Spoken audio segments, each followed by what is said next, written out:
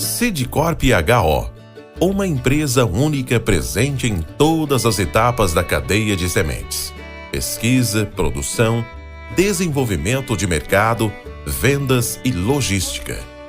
Por meio de marca própria ou licenciando sua genética, a Sidcorp HO oferece as melhores opções ao produtor, ocupando 60 milhões de hectares no Brasil, Paraguai, Uruguai e Argentina. Sidcorp HO, uma empresa presente em todos os elos da cadeia de sementes.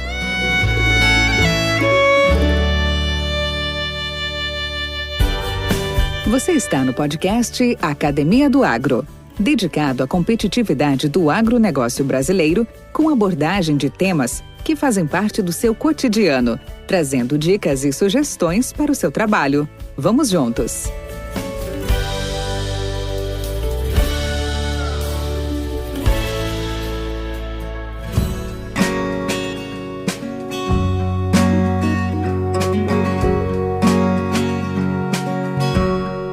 As mudanças e conquistas que vêm ocorrendo nos sistemas de produção de milho no Brasil comprovam a profissionalização dos produtores.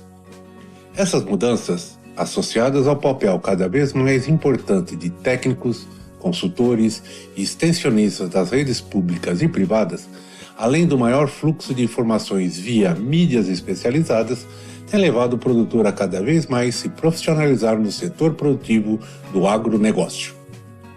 Além disso, várias tecnologias ligadas à cultura foram implementadas, ou ainda estão sendo implementadas no setor agrícola brasileiro. Dentre elas, destaca-se a utilização de cultivares de alto potencial genético e de cultivares não transgênicos e transgênicos com resistências a insetos e ao uso de alguns herbicidas químicos. Espaçamento reduzido associado a maior densidade de plantio, permitindo melhor controle de plantas daninhas, controle de erosão, melhor aproveitamento de água, luz e nutrientes, além de permitir uma otimização das máquinas plantadeiras. Melhoria na qualidade das sementes associadas ao tratamento dos grãos, especialmente o tratamento industrial, máquinas e equipamentos de melhor qualidade que garantem boa plantabilidade e boa distribuição das plantas emergidas, e assim garantindo um maior índice de sobrevivência do plantio à colheita. Também devemos citar o uso intensivo do manejo integrado de pragas, doenças e plantas daninhas, o famoso MIP. A correção do solo, baseando-se em dados de análise levando em consideração o sistema e não a cultura individualmente. Também temos a utilização de tecnologias como o sistema de plantio direto, a integração lavoura-pecuária, a agricultura de precisão e melhores técnicas de irrigação, o que tem permitido uma melhoria do potencial produtivo das lavouras. Convidamos Paulo Roberto Garolo, engenheiro agrônomo e especialista em sementes e no manejo da cultura do milho, atualmente agrônomo sênior em desenvolvimento de mercado da Bayer, que irá nos contar um pouco da sua trajetória profissional e, competente e expert na área, irá compartilhar dicas e recomendações importantes para o sucesso da sua lavoura. Vamos lá? Podcast Academia do Agro.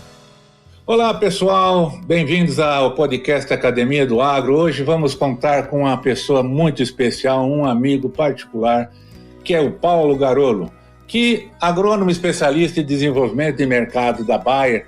Ele tem como missão a avaliação de novas tecnologias e materiais genéticos de milho e soja.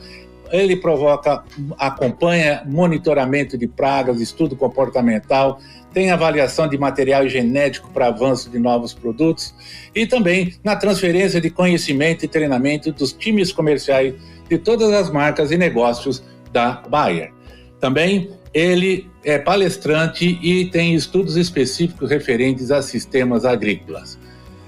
Paulinho, como é que você está? Tudo bem? Valdir, tudo bom? É um grande prazer, uma satisfação estar conversando contigo nesse podcast, né? Espero poder contribuir com alguma informação a todos os ouvintes, né, do podcast, e é um prazer estar falando com você, né? Puxa vida, eu que fico também bastante satisfeito, muito honrado em tê-lo aqui, e tenho certeza que os nossos ouvintes vão adorar o nosso papo. Por quê? Porque você é um dos experts na área de milho e de soja desse nosso grande mercado brasileiro, em particular aqui no Centro-Oeste. Para quem não conhece, né, o Paulo Garolo, então nós vamos ter a oportunidade nesse bate-papo de conhecer um pouco mais. E aí, Paulo, eu já quero começar assim, ó. Onde tudo começou? Conta um pouquinho da tua história para nós. Então, Valdir, eu na verdade é engraçado, né? Eu acho que a gente já tem um imã para aquilo que a gente vai ser no futuro, penso eu. Desde moleque, eu gostava muito de agricultura. Eu venho de uma cidade, né, que é predominantemente agrícola. Então, em volta da minha casa, praticamente tinha lavoura, né? Eu venho aí do norte do Paraná, onde plantava-se algodão, café, soja, milho, trigo, né? Então, uma diversidade de culturas bastante grande, né? E que a cidade era rodeada por fazendas, né? Por propriedades agrícolas, né? Então, realmente, a gente saía quase que do fundo de casa, tinha lavoura. Mas meu pai mesmo não foi agricultor. Eu não venho de uma família com origem na agricultura, mas eu sempre tive uma paixão por agricultura. E eu estou dizendo isso porque, né, já que nós estamos falando da minha história, acho que é legal contar isso, que eu acho que eu nunca falei isso em outro lugar. Quando eu estava no ginásio, né, naquela época, que ainda era primeiro grau, a segunda fase hoje, né, do primeiro grau, nem sei como é que chama isso mais, mas quando eu estava no ginásio, eu gostava tanto disso, e eu tinha uma tia que era muito amiga de dois rapazes que eram agrônomos da Emater, antiga Acarpa, no Paraná era Acarpa. Então, ela era muito amiga deles e eu gostava tanto e eu convivia com ela, convivia com eles e comentei sobre isso, né? E por incrível que pareça, minhas férias, por 2 anos eu seguia os dois, trabalhava com os dois, eu ia para o campo com os dois para a gente fazer avaliação, enfim, para eu ter essa proximidade com lavoura, uma vez que eu não vim de família de lavorista, né? Mas desde essa época eu já tinha essa vontade, então eu ia nas minhas férias, de forma informal, mas eu ia com os dois, era o Cal, e eu ia com os dois pro campo, visitar, né? Então eu aprendia coisas com eles e depois houve um período que a Emater proibia, né, de carregar pessoas. Aí eu comecei a fazer alguns trabalhos para eles que eu usava naquela época, os manuais de praga, de doença, né, que eu fui conhecer depois quando fui para a universidade de uma forma mais específica, mas eu já lidava um pouco com isso porque eu fazia às vezes trabalhos de revisão para eles, para que eles tivessem o conteúdo dentro de algumas análises de projetos que eles faziam. Então acho que começou aí já toda a minha história. E a minha paixão pelo milho, ela sempre existiu. O meu trabalho de conclusão de curso foi em cima da cultura do milho, né? E sempre tive essa proximidade com o milho, e um dia até o Divino Ronaldo, que é seu amigo também, seu conhecido aqui da rádio, né? Ele me perguntou da onde tinha começado, só que eu não contei a história do ginásio, mas eu disse para ele que eu acho que o milho está no meu DNA. Então eu realmente tenho uma paixão muito grande pela cultura do milho. Eu acho que uma cultura extremamente trabalhada, né? Olhando pelo prisma genético, e se você ainda considerar, e você sabe disso tão bem quanto eu, a origem do milho, uma planta, uma gramínea totalmente diferente do que é hoje, né? Se é realmente essa teoria que é a que prevalece dentro da genética, né? Do teozinto. Então, se pensar numa planta de teozinto e pensar numa planta de milho e o trabalho que começou com os índios americanos, né? Então, assim, é fantástico. E o potencial de resposta que essa cultura tem é fantástico. É como você imaginar, tudo que eu trabalhar nessa cultura de forma adequada, ela tem chance de me responder. E eu vejo horizontes, assim, enormes ainda pela frente, Valdir. Como você sabe, existem testes de genética nos Estados Unidos que a gente chega em 35, 38 toneladas por hectare no teste. Né? Como alcançar isso, né? Mas eu acredito que daqui mais, sei lá, 10, 20 anos, eu acredito que a gente vai se aproximar muito disso, pela evolução que a gente está tendo, né? Em todo o aparato tecnológico que a gente vem recebendo. Em algum momento isso aí vai fazer valer, e é fantástico imaginar o quanto a gente progride com a cultura do milho. Então é uma paixão, né? E começou desde a época minha aí de colégio ainda, essa minha paixão pela agricultura. Você se formou na Meneghel, né? Isso. Buscando aqui na memória que você é formado lá no norte, hoje Universidade Estadual do Norte do Paraná, né? É isso? Correto, corretíssimo. Beleza. Corretinho, eu me formei lá. Como é que foi esse curso e aí os seus próximos passos na vida profissional? Como é que foi? Eu comecei a cursar em 1980, né? Em 84 eu já estava formado agrônomo. Naquela época eram 4 anos, né, o curso. Então eu me formei em agronomia em 1984, em julho de 1984. Quando eu me formei, eu já tinha recém-casado, né, eu já vim em 85 para Goiás. Eu comecei a trabalhar efetivamente na área agronômica em 85, porque nesse período, antes um pouquinho, em 82, meu pai veio a falecer. Meu pai morreu muito cedo. E aí eu tive que fazer uma composição. Eu sou filho único, fiquei eu e minha mãe, né? Então eu tive que fazer uma composição entre trabalho, escola e enfim. Esse processo acabou que eu fiquei 1 ano formado sem ter atuado na profissão.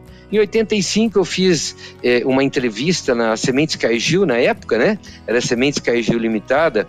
E era engraçado, né, Valdir? Porque quando a gente ia procurar, naquela época não tinha esse acesso todo que a gente tem hoje em ferramentas digitais, né? Então a gente procurava no jornal, no Classificados, né? Emprego. A gente ia lá no Classificados procurar emprego, né? E era engraçado que toda a oferta de emprego tinha um requisito, que você tinha que ter no mínimo 3 anos de experiência. Então, para recém-formado, ainda tinha mais esse problema, que quase 100% das ofertas de emprego exigiam de 2 a 3 anos de experiência, né? E eu não sabia nem dirigir direito o carro. Eu nem carteira de motorista tinha. Então, assim, foi uma luta. Eu realmente consegui. Eu tive 1 ano aí para fazer curso de direção, a tirar a carteira de motorista, enfim. E em 85, quando eu fiz essa entrevista na Cargill, quase que foi um favor me aceitarem na Cargill. Mas eu não vou dizer que foi favor, sabe por quê, Valdir? Porque eu fiz alguns estágios de campo na Cargill. E eu não só fui convidado a trabalhar na Cargill pela área de vendas na época, como também pela área de produção de sementes.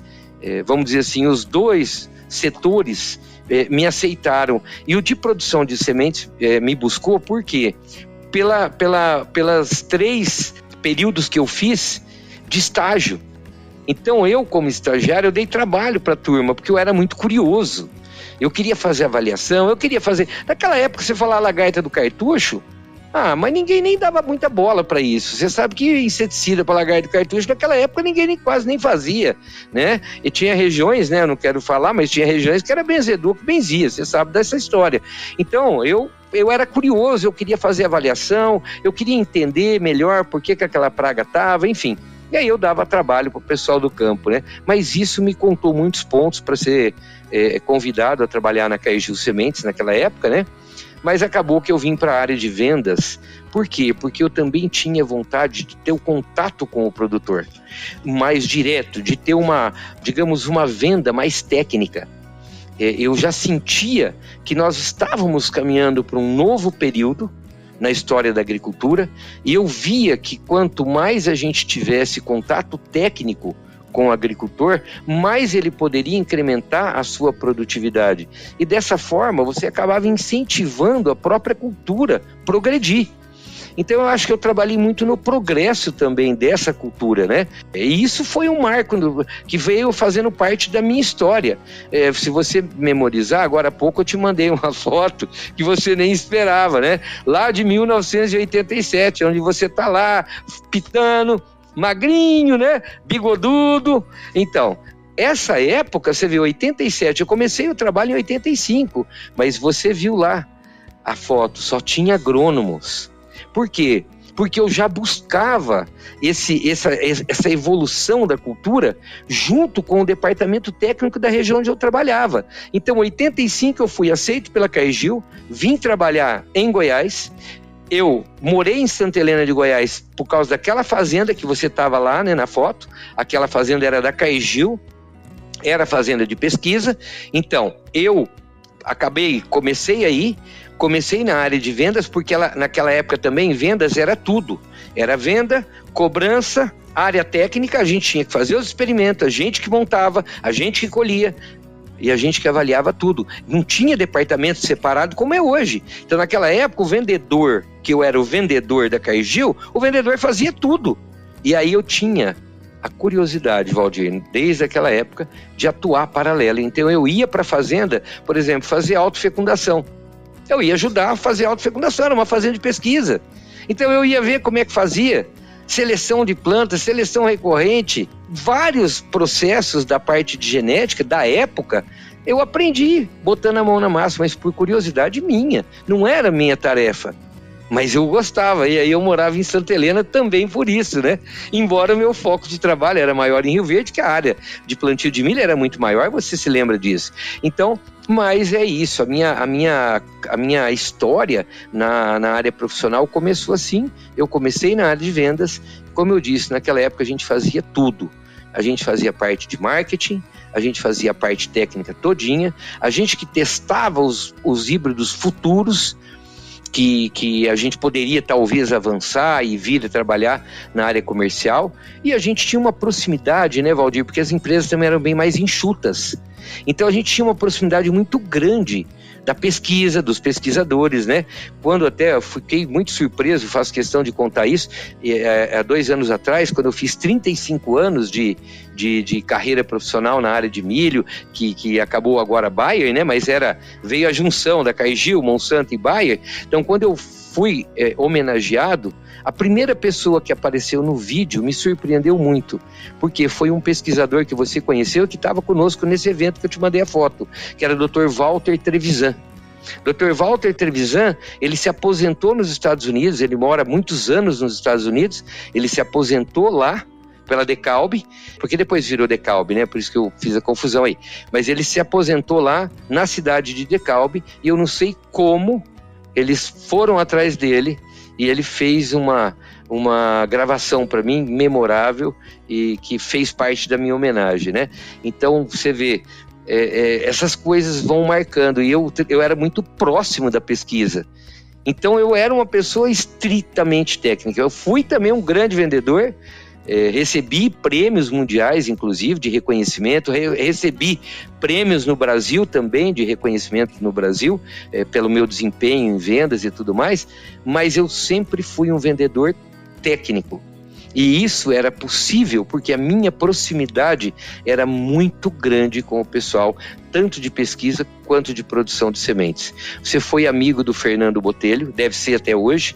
Fernando Botelho, gerente da UBS aqui de Rio Verde, da Cargill, você se lembra disso? Eu fui antes dele, eu cheguei antes dele. E eu ajudei o Saltório a construir a maquete em palito da unidade de produção de sementes de Rio Verde. A gente construiu com um palito de sorvete a maquete que ia ser a unidade de produção de sementes aqui em Rio Verde. Então, assim, é uma história grande, né? A gente ficando mais velho, você vai criando milhões de histórias. Mas a minha origem foi essa dentro do negócio, e eu nunca tive preguiça, Valdir, de estudar. Eu sempre falo, até hoje, todos os dias praticamente, eu estudo. Todos os dias praticamente eu estudo. É comum às vezes as pessoas me verem tipo 00:00, 1h da manhã no WhatsApp.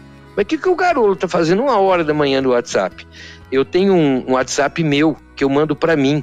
Eu às vezes faço pesquisa, estou fazendo uma leitura que eu acho muito importante e interessante, eu mando o WhatsApp para mim mesmo.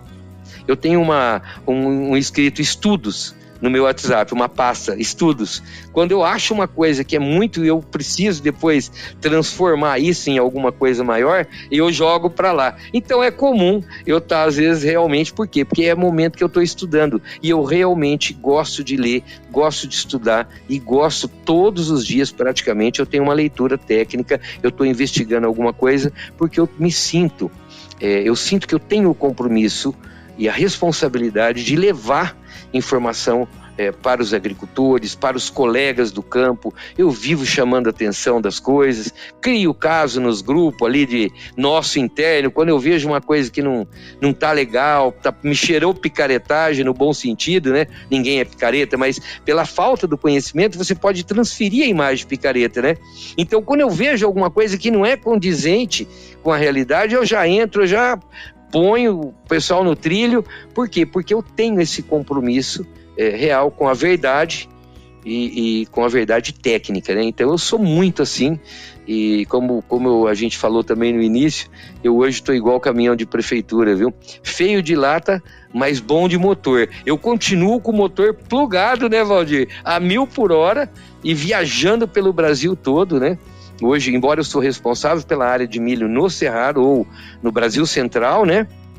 Hoje, todas as marcas da Baia e tal, mas eu acabo que dou suporte para o Brasil inteiro, tudo que acontece na cultura do milho e do sorgo, a turma entra em contato comigo, e esses tempos eu fiquei 90 dias no sul por conta da cigarrinha do milho, né? 90 dias que eu fiquei entre vai e vem, deu 90 dias de interações com todas as regiões do sul, Paraná, Santa Catarina e Rio Grande do Sul, né? E eu vivo viajando, e recentemente, quando você me convidou, inclusive, para fazer parte, eu estava no Acre, né? Eu te falei, estou no Acre, Valdir. Então, eu viajo o Brasil todo, né? E semana que vem estou indo para Bahia, inclusive. Esse podcast faz parte da rede Agrocast, a primeira e maior rede de podcasts do agro do Brasil. Acesse www.redeagrocast.com.br. Podcast Academia do Agro. O Paulo, que bacana essa evolução, né, esse crescimento, mas principalmente esse brilho nos olhos de querer mais, de buscar mais, de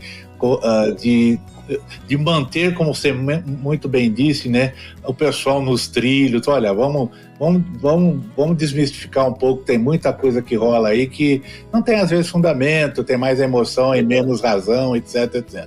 Mas vamos lá. Hoje, Paulo, dizer que o agro não tem seus desafios, é lógico que nós estaremos sendo totalmente equivocados, tá? O agronegócio em si já possui uma série de incertezas, uma série de riscos.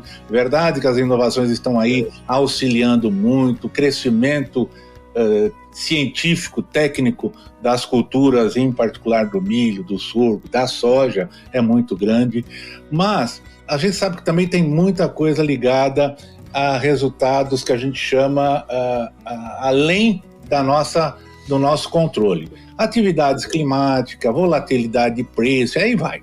Bom, além desses fatores inerentes à atividade de difícil previsibilidade, quais são os principais desafios para a produção de milho, sorgo ou mesmo soja, você fique à vontade, que são de ordem fitossanitária? Por exemplo, ferrugem, percevejo, você citou agora cigarrinha, nematóide, plantas invasoras resistentes a herbicida, manejo de solo, tolerância à seca, e o primeiro target de pesquisa, que é cada vez mais produtividade, né?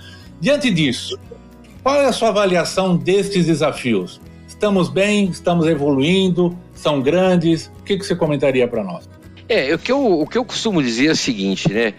Até uma coisa bacana que eu vou guardar para mim sempre, é uma fala do nosso grande mestre Dirceu Gassen, né?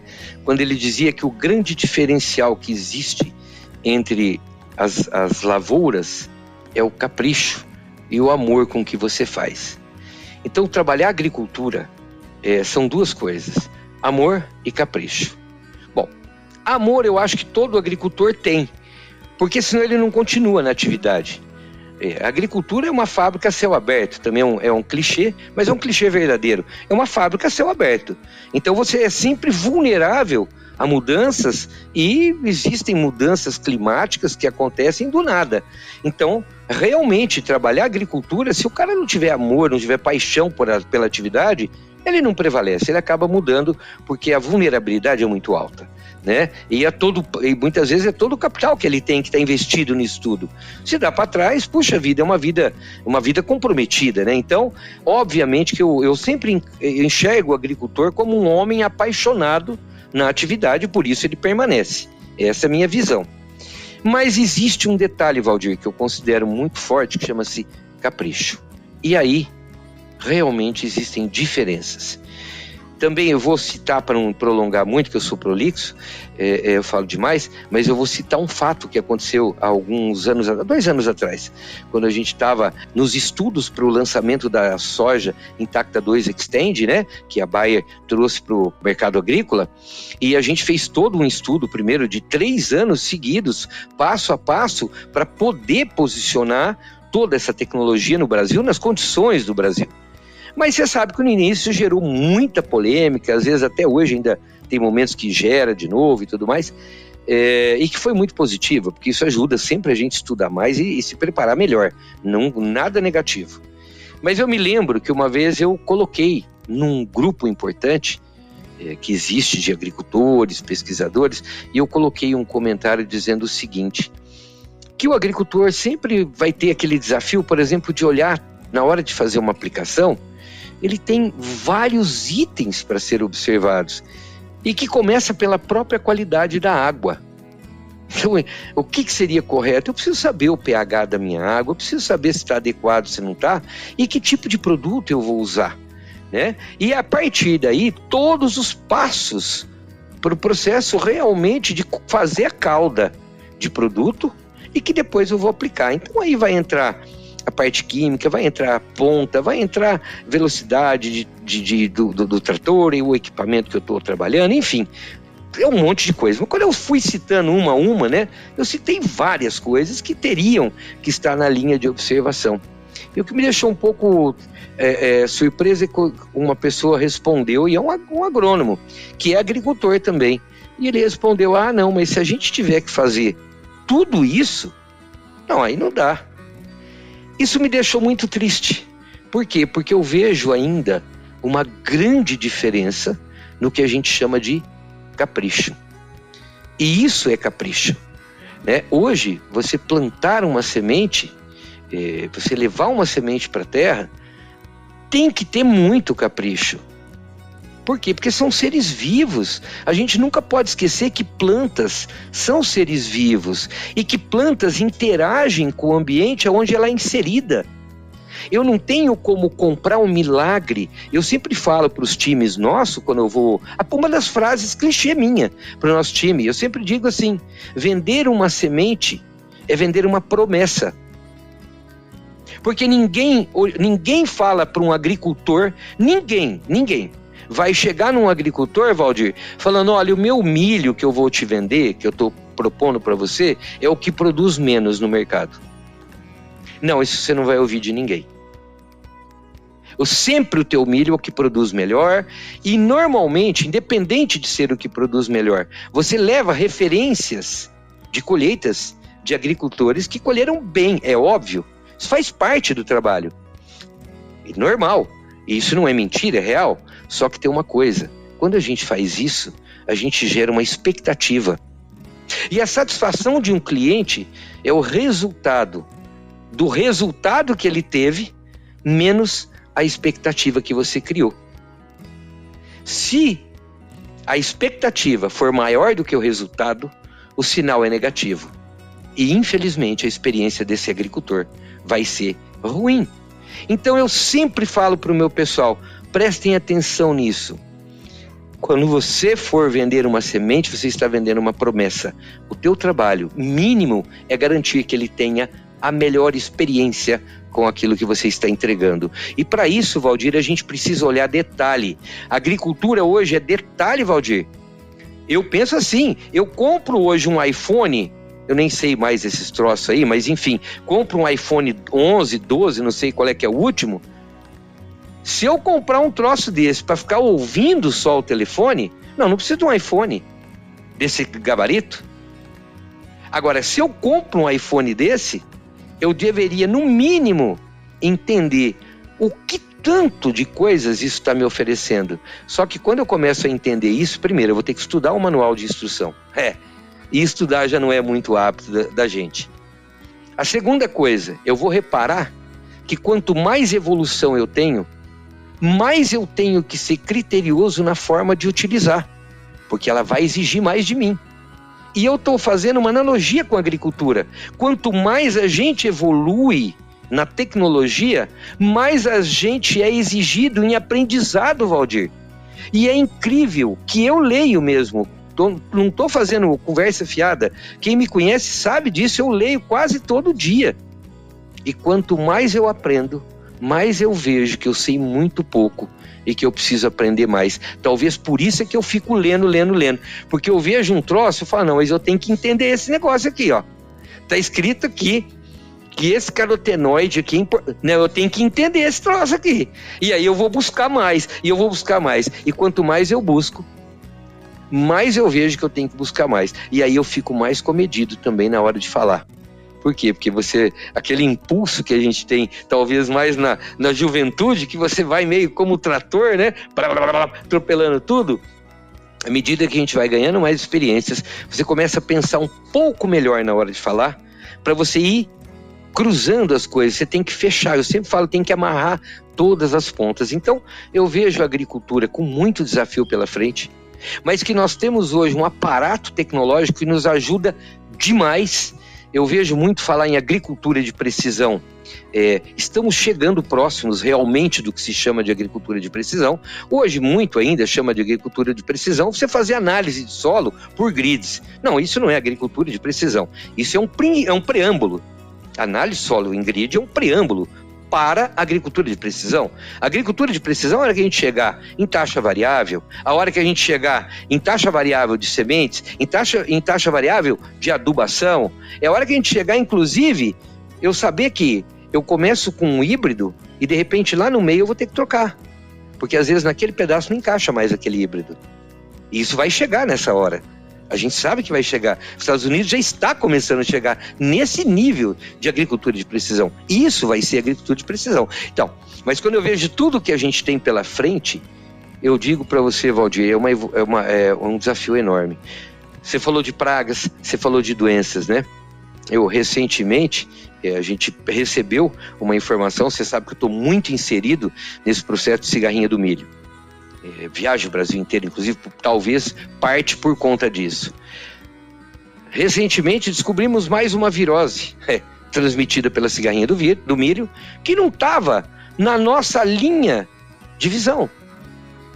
Então hoje nós temos uma nova virose acontecendo, uma nova classe de vírus, que é o mastrevírus, onde existe uma espécie que também está sendo transmitida pela cigarrinha do milho e que muitas vezes a gente até confunde, talvez com nutrição, ou confunde, inclusive, com o próprio raiado fino, que já é a virose conhecida. Mas hoje já tem mais uma. Então o desafio não para, porque eu digo que a natureza é extremamente sábia e muito mais precisa do que a gente, né? Com tudo que a gente tem de tecnologia. E isso também nos leva a entender. Eu acho que Deus está mandando um recado para a gente. Continuem sempre se preparando, pessoal. Vocês não usam nem 30% da capacidade que eu criei na cabeça de vocês. Então, a cada momento, você pode notar, a cada ano, né, também é um clichê. Esse ano está diferente. Não, todo ano a gente ouve esse clichê. Esse ano está diferente, é lógico. Por quê? Porque o nosso chefe lá em cima, ele nos dá a oportunidade da gente evoluir cada vez mais. Se nada mudasse, Valdir, a que nível de evolução a gente estaria? Talvez lá de 1987, quando você estava comigo, lá na fazenda da Cairgil, a gente olhando aqueles milho de 3 metros de altura e que a espiga era lá 1,80 m, só você dava conta de apanhar, porque você era alto, só você que dava conta de apanhar. Se Deus não coloca isso pra gente, Valdir, que evolução a gente teria? É verdade. Não é? É verdade, Paulo. É verdade. Podcast Academia do Agro.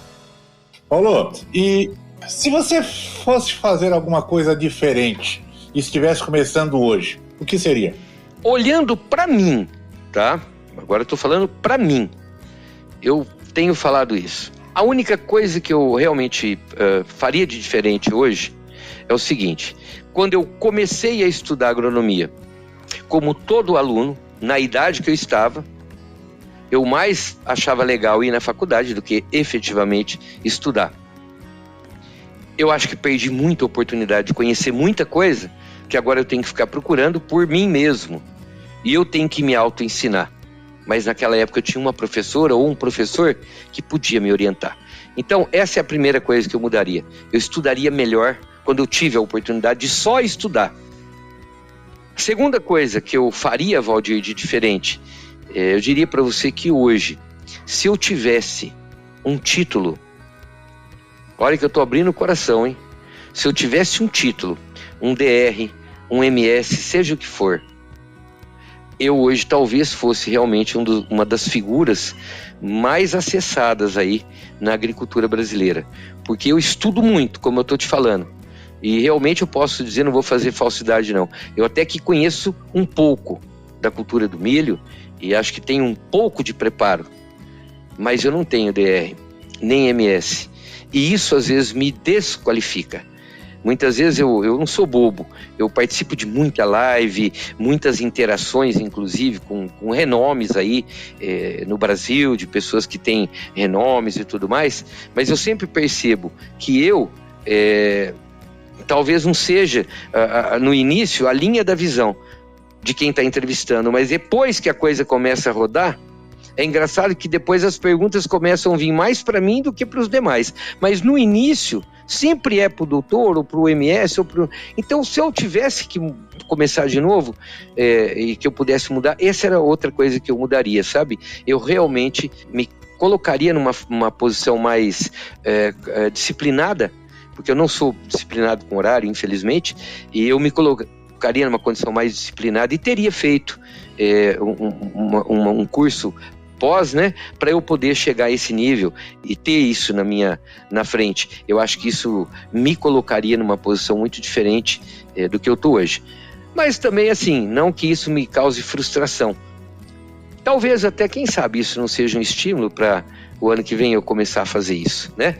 Então, nunca é tarde. A minha mãe conseguiu se formar em faculdade quando ela tinha 45 anos que ela começou a estudar a faculdade. Ela se formou 4 anos depois, com 49, e viveu até os 59. Mas ela era uma profissional exemplar, foi diretora de todas as escolas da nossa cidade, independente do título. Mas ela foi estudar com 45 anos de idade. Por que eu não posso com 60? Não, eu posso também. Então talvez eu faça, sabe, Valdir? Mas isso me faz falta. E se eu fosse fazer diferente, seria isso. Eu acho que eu estudaria mais quando tive a oportunidade de estudar e também teria feito um curso específico, especializado, para eu ter pelo menos o título. Eu acho que isso, porque conhecimento, graças a Deus, eu busco. E tenho a prática também, né? Que é outra coisa, né, Valdir? Que nós precisamos ir no campo. Mas isso eu sempre fui, então isso eu não mudaria, porque eu continuo assim. Eu continuo o homem de botar a mão na massa, né? Então, eu continuo nessa onda aí. Então, essas outras coisas, eu acho que da minha história eu não mudaria. Mas esses 2 detalhes eu mudaria sim, porque eu estaria ainda melhor preparado para estar contribuindo com a agricultura. Bom, neste momento de sinceridade, né? Esse mesmo, de franqueza. E esse é o espírito do podcast nosso, sabe? Eu te pergunto, quando é que você se sentiu meio perdido na vida, meio fora dos trilhos? E se você pode compartilhar isso conosco, e o que principalmente você fez para superá-lo? Existiram alguns momentos, né? Até tem momentos que todo mundo passa fases, às vezes, né? Eu tive alguns momentos que eu fiquei um pouco perdido, como, por exemplo, a primeira vez que eu saí da empresa. Inclusive, quem me ajudou, você sabe, uma coisa que talvez você nem saiba, quando eu saí a primeira vez da empresa, eu nem sabia o que fazia, como é que fazia para sair de uma empresa. Porque, na verdade, eu fui demitido da empresa. Não que eu saí, eu fui demitido da empresa. Não tenho o menor problema para falar isso. Eu fui demitido da empresa porque mudou a diretoria da Caegil, mudou toda a diretoria, mudou todo o pessoal de pesquisa, mudou toda a diretoria de vendas, e eu fui meio que alvo, talvez aí de alguma mudança, porque eu era muito ligado com todos, né? Eu era muito conhecido. E aí acho que dentro dessa mudança de liderança resolveram que eu também tinha que ser extirpado da companhia.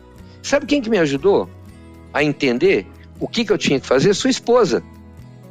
Ela trabalhava na Caixa Econômica nessa época. E o que eu fiz? Eu não sabia, eu levei uma papelada lá para ela, falei, o que eu tenho que fazer agora? Negócio de fundo de garantia, esses trem. Ela foi me orientar tudo, eu não sabia de nada. Quem me orientou foi sua esposa. Então, assim, eu acho que quando eu tive perdido foram esses momentos, sabe? Alguns momentos desse tipo. Outra coisa é os impasses que a gente tem com a própria família. é outro momento que a gente fica meio perdido. Por quê?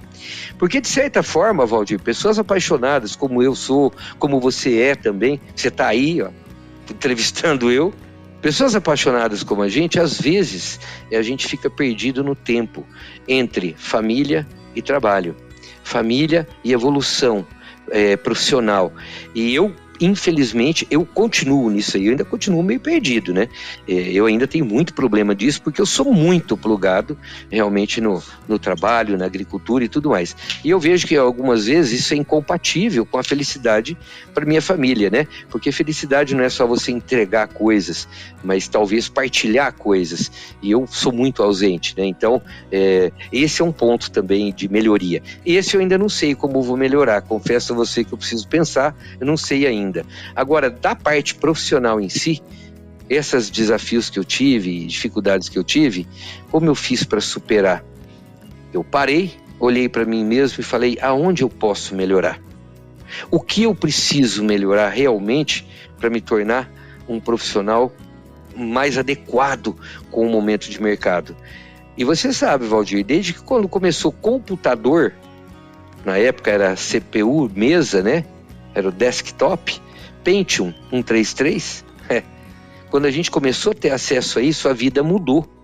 Esse foi o preâmbulo da mudança nossa. E o que eu tive que fazer? Pensar e falar, olha, eu tenho que escolher. Ou vou me readequar e vou me encaixar nisso, ou eu tô fora. Provavelmente o mercado vai passar por cima de mim. Então, cada momento que eu tive alguma dificuldade, ou que eu me senti um pouco perdido, o que eu procuro fazer é isso, eu paro, olho para mim mesmo, olho para aquilo que o mercado vem mostrando para a gente, nós estamos caminhando para cá. E aí eu busco aprender para me adequar, porque senão a gente vai ficar para trás, e quem fica para trás já perdeu a corrida. Então é isso que eu procuro fazer, Valdir.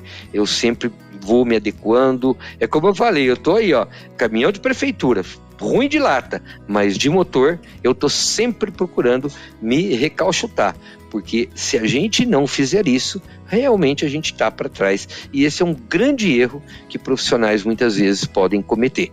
Ficam acomodados naquilo que já adquiriram de conhecimento, de experiência, e não evoluem, né? E isso não é pela idade, porque tem gente nova que saiu de universidades renomadas, se achando muito bem preparados, ok? Mas sentam em cima desse preparo e deixam de evoluir. E o tempo hoje não é assim. A cada dia eu tenho um desafio novo, uma evolução nova, é uma tecnologia nova que lançou. Nós não estávamos conversando antes de uma tecnologia que você estava contando para mim, que eu não conhecia? Então, eu lembro, Valdir, só uma aí que eu vou citar, eu lembro de alguns anos atrás, né? Eu falava pro Henrique, que tá lá perto da sua propriedade aqui no Rio Verde, né? Lá do CPA. Eu falava, Henrique, uma hora alguém vai parar para pensar que plantas são como seres humanos, que raio ultravioleta faz muito mal para plantas. Nos seres humanos causa câncer.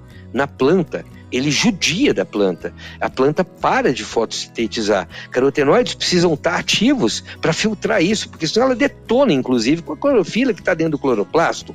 Então vai chegar um dia que alguém vai pensar de criar um protetor solar para a planta. E aí ele ria e falava, você é maluco. Você é maluco, o que você está falando?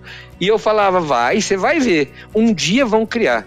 Valdir, eu tive uma plena satisfação há 2 anos atrás, pena que eu não pude acompanhar, um ex-colega, inclusive, da Bayer, o André Abreu, ele veio representando uma empresa que fabrica exatamente esse produto e que existe já nos Estados Unidos, na linha comercial, e ele veio fazer experimentos aqui em Rio Verde, né? Então, assim, cara, é isso, a agricultura é isso. Brincando com você, qual que era o fator de proteção? Qual que era o FP desse?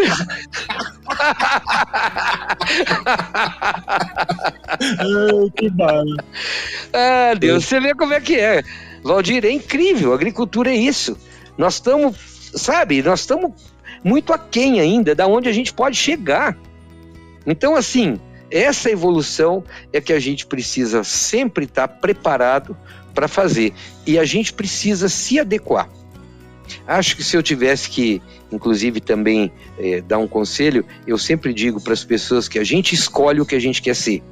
Eu posso ser protagonista na novela, é um papel principal, como eu posso ser apenas um papel na novela, mas ter a minha importância, eu não estaria na novela. E a novela da agricultura é assim, ela tem espaços para protagonistas e ela tem espaços para pessoas que vão ser apoiadores. Eu preciso me enxergar onde eu quero estar. Agora, se eu pensar que eu quero ser protagonista, Valdir, eu vou falar para você, eu atendi o Antônio Fagundes quando eu trabalhei no estado de São Paulo. Antônio Fagundes é um dos grandes, acho que ninguém quase sabe disso, Antônio Fagundes é um dos grandes agricultores em Ourinhos, no município de Ourinhos, estado de São Paulo, Vale do Paranapanema. Ele tem hoje 13 propriedades. É um dos maiores plantadores de grãos, soja, milho. E eu nunca consegui falar com ele no escritório.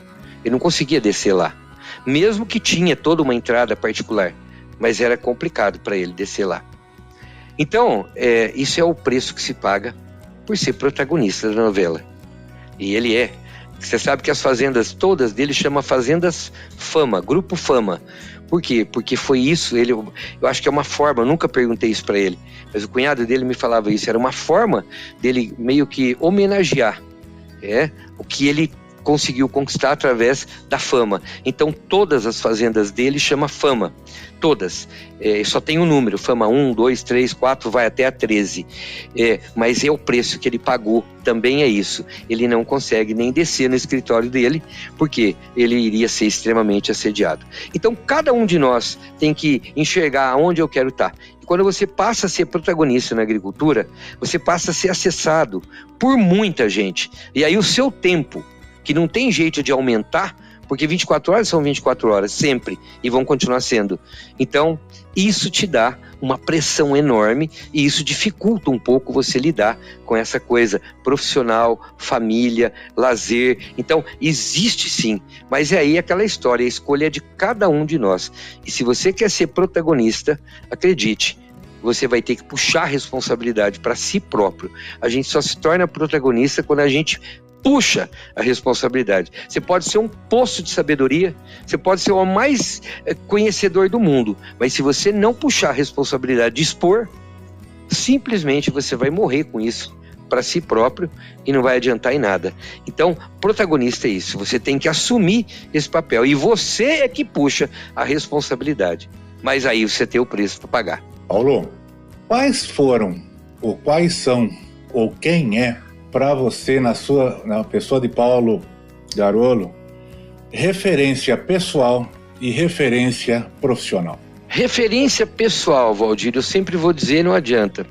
Eu diria para você que tem várias pessoas que se tornam referências para a gente, né?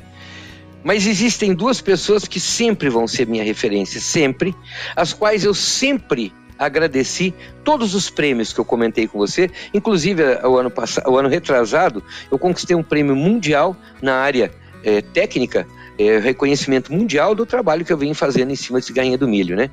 Mas todas as vezes que eu recebi prêmios de qualquer origem, de qualquer... eu sempre agradeci a meus pais. Então, referências pessoais para mim, meus pais, minha mãe e meu pai, eu sempre mirei neles. São pessoas que sempre foram minha referência pessoal. Existe uma outra pessoa que eu também tenho como referência pessoal, pela dedicação e pelo companheirismo que sempre teve comigo, a minha esposa, com a qual eu sou casado há 39 anos já. Né? Então, ano que vem nós fazemos 40 anos de casamento. Hoje a gente está mais entre tapas e beijos, né? Porque não é fácil aguentar, não é fácil ser minha esposa, não é.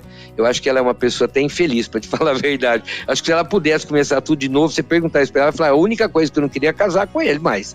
Mas, é verdade, mas é uma pessoa que é uma referência, porque ela não só foi minha companheira, como ela criou de uma maneira fantástica meus filhos, que seguiram a gente, e eu sempre falo que o maior legado que você pode deixar é quando você vê que seus filhos se espelham em você. O mercado, essa coisa toda, tudo muda, mas a sua família não. Os seus filhos não. Se você realmente é alguém especial, nada vai mostrar isso para você mais do que o comportamento que os seus filhos vão ter na vida. Eu penso assim. Então, a minha esposa criou muito bem meus filhos.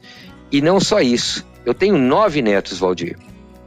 E a minha esposa é uma mãezona para 9 netos, né? Então, assim, é outra referência pessoal que eu tenho para mim, é a minha esposa, né? Profissional, eu tenho uma figura que também tá, eu poderia ter, vou ver, acho que eu vou mandar depois para você no WhatsApp, tá? Você conheceu também. Essa pessoa sempre vai estar no meu coração, até o dia que ele estiver batendo, eu nunca vou esquecer, e sou sempre grato a essa pessoa e sempre falo dela. Adílio Vitarelli, não sei se você lembra, era um senhorzinho baixinho que andava comigo. Ele foi meu tutor, uma pessoa que eu tenho um carinho, um amor enorme pelo seu Adílio Vitarelli. E o Fernando Botelho sempre fala, o Garolo é o Adilinho. Na época que ele trabalhava comigo, ele me chamava de Adilinho, né? E hoje ele fala que eu virei o Adílio Vitarelli. E eu tenho o maior orgulho quando alguém fala isso pra mim. Porque esse cara foi a minha referência profissional. Tem mais 2 pessoas que eu me permito citar. A outra foi o Dr. Walter Trevisan, que eu já falei. Esse cara foi assim um cara fantástico para mim também. E uma outra pessoa que eu gosto muito, Valdir, e que para mim ele é uma referência profissional e até pessoal, chama-se Carlos Divino de Oliveira, o Carlinho da Soagra, o cara que eu tenho um carinho muito grande, um respeito muito grande, embora hoje a gente quase não se encontra pessoalmente, que a minha vida é uma doidura, né? Mas é uma pessoa que me ensinou muito, me ajudou muito, e eu não posso deixar nunca de citar esse camarada, porque esse cara até hoje faz parte da minha história, e de vez em quando ele tem que me ouvir, me suportar de novo, me dar conselho. Por quê? Porque tem hora, como você falou, a gente fica meio perdido, né? Então tem hora que eu cutuco ele lá, né? Então é uma pessoa fantástica, eu sempre vou carregar também dentro do meu coração, Carlos Divino de Oliveira, um cara que eu tenho uma admiração enorme. Paulo, muito obrigado por ter esse especial momento contigo, da gente fazer essa reflexão, esse déjà vu, e principalmente ver esse posicionamento, essas informações tão bem compartilhadas aos nossos ouvintes, né? Isso como diz, né? Não tem preço. Isso aí é uma coisa muito bacana. Cara, como é que o pessoal pode entrar em contato contigo, Paulo? Então, o meu telefone, que é WhatsApp, telefone, Pix também, tá? Boa. Isso aí. É 64 9 81 18 5806. Podem passar a mensagem, fotografia, tirar dúvida. Eu sempre sou muito aberto para auxiliar. A outra forma de contato, mas eu quase não vou em rede social, né? Mas eu tenho uma que eu tenho frequentado bastante, que é aí, ó, só porque eu falei, já esqueci como é que chama. Instagram. @Garolo, @Garolo Paulo Roberto. @Garolo Paulo Roberto é meu Instagram. Eu também sempre tô lá acessado, respondo. Só um detalhe, viu, Valdir? Aproveitar para deixar esse recado para a turma. Quando me mandarem foto, pergunta ou qualquer coisa assim pelo WhatsApp, lembrem de me cobrar. Se eu não responder em 24 ou 48 horas, me cobrem, porque a minha vida é muito corrida, e quando eu tô dando palestra ou interações, né, que eu faço treinamento para todo time comercial e tudo mais, eu fico sem acessar o celular por horas, né, e aí você imagina que vai acumulando, entendeu? Então, se a pessoa ficar passiva, às vezes eu vou responder, mas às vezes eu demoro um mês para responder. Aí quando chegou, já acabou, né? Então eu sempre aviso, me cobrem. E também eu vou ajudar nesse contato também, Paulo, que a todos os nossos ouvintes sabem que na descrição do podcast também vai estar citado lá o seu WhatsApp, vai estar o seu e-mail, também vou colocar lá o seu Instagram, e mesmo nossos contatos, qualquer coisa se precisar, entre em contato. Pode manter o contato com a gente, que a gente vai retransmitir com o maior prazer. Paulo, novamente, muito obrigado. Fica meu abraço, meu agradecimento e continue nesse protagonismo e nesse sucesso que você tem realizado. Obrigado, Valdir. Eu que agradeço, viu, o convite, e é um prazer mesmo estar falando contigo, né, que faz parte da minha história, de tudo que a gente construiu. Trabalhamos junto muito tempo, né, meu amigo? E estamos até hoje aí trabalhando junto, tá? Um grande prazer. E nós temos muita história para contar ainda, né, Se cara? Deus quiser, vamos contar muito, vamos construir ainda muita coisa aí pela frente, Valdir. Se Deus quiser. Grande abraço. Muito amigo. Agradecido, viu? Para você também, um grande abraço. Obrigado. Sidcorp HO investe $1,5 milhão por ano em pesquisas, voltadas ao seu programa de melhoramento genético, que contribuem para o desenvolvimento de novas tecnologias e produtos.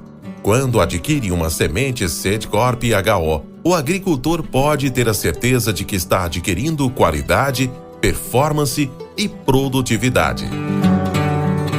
Sidcorp HO, uma empresa presente em todos os elos da cadeia de sementes.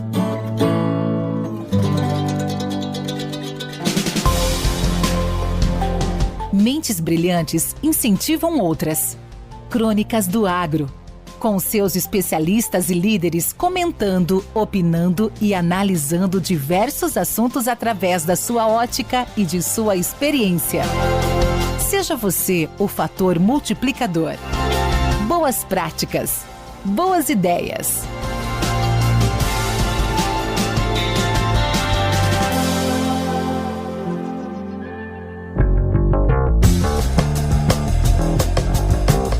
Olá, meu nome é Guilherme Braz, sou professor da Faculdade de Agronomia da Universidade de Rio Verde e é um prazer imenso estar aqui contribuindo um pouco com o programa Crônicas do Agro, vinculado à plataforma de podcasts Academia do Agro. Hoje, especificamente, vou estar abordando um pouco aqui com vocês sobre os desafios do manejo de plantas daninhas na cultura do sorgo. O sorgo, o qual é uma cultura de extrema importância aqui na região central do Brasil, que historicamente sempre vem sendo cultivada em condições de segunda safra ou safrinha, seguido do cultivo após a cultura da soja.